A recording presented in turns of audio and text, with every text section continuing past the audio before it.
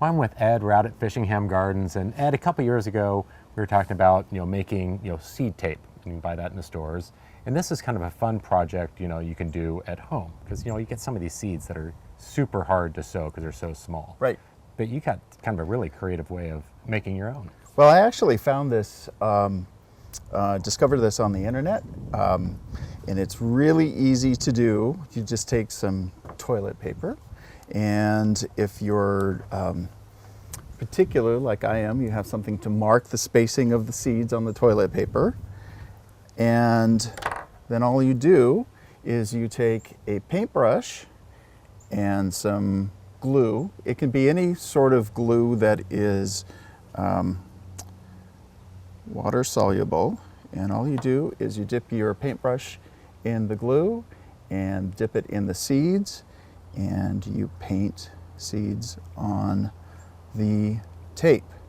The good thing is you can either grab 1 or 2 seeds at a time or just one, space them, and you can do this in advance of planting, let it dry, and it will keep for months before you plant it. So now, after you have it all, your seeds are all on there, Right. How do you go and plant this? So all you have to do is, once you've got this rolled up with the seeds, all you do is take it over and unroll it and take some compost or soil, place this on top of the soil, put your additional soil on top of it, and you're done.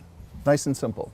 So Ed, this is kind of a super fun project, but so what are the benefits of this? Well, one of the large benefits for someone who's super busy like I am is you can prep the seed tape far in advance and then plant it whenever you have time to plant it.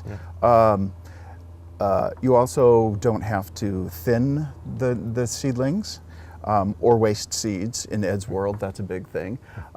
It's also an opportunity if you have children or children of friends to get the kids involved, because they can paint the seeds on the seed tape for you. Yeah, so this is a great project you can do at home, you can involve your whole family with, do it ahead of time, and it'll save you some money on your seeds.